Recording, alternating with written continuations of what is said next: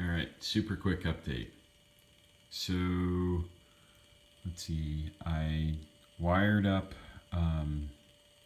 decoupling capacitors and also made sure I grounded all floating inputs to the glue logic chips, which is something that I forgot to do in my haste to build this thing.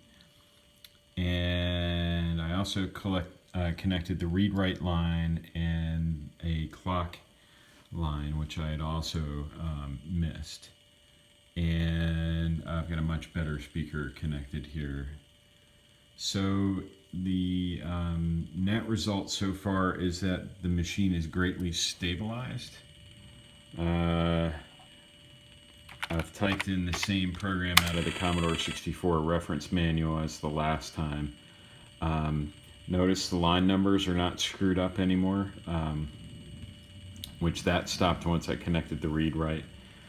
And I can't remember if I just mentioned in this video, when you go into integer basic, the computer doesn't lock up, which it was doing before, so I knew something was wrong. So now the only problem that remains is that it sounds a little bit tinny, and I don't hear any difference between the notes. So take a listen.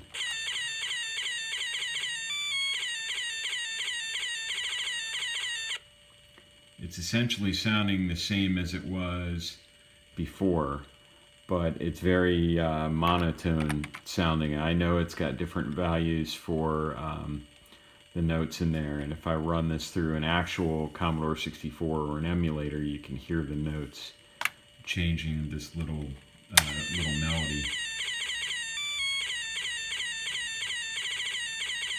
The long note there sounds like it's going to go up to the right value, but the other ones don't seem to play ball.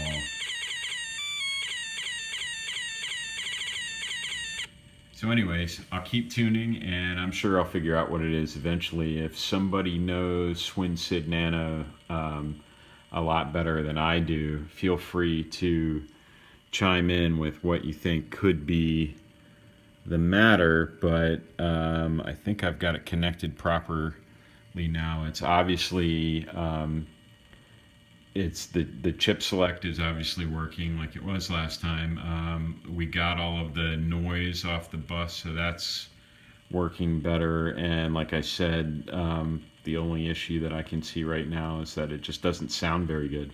Anyways, that's it for this update, and I'll talk to you next time. See ya. Bye.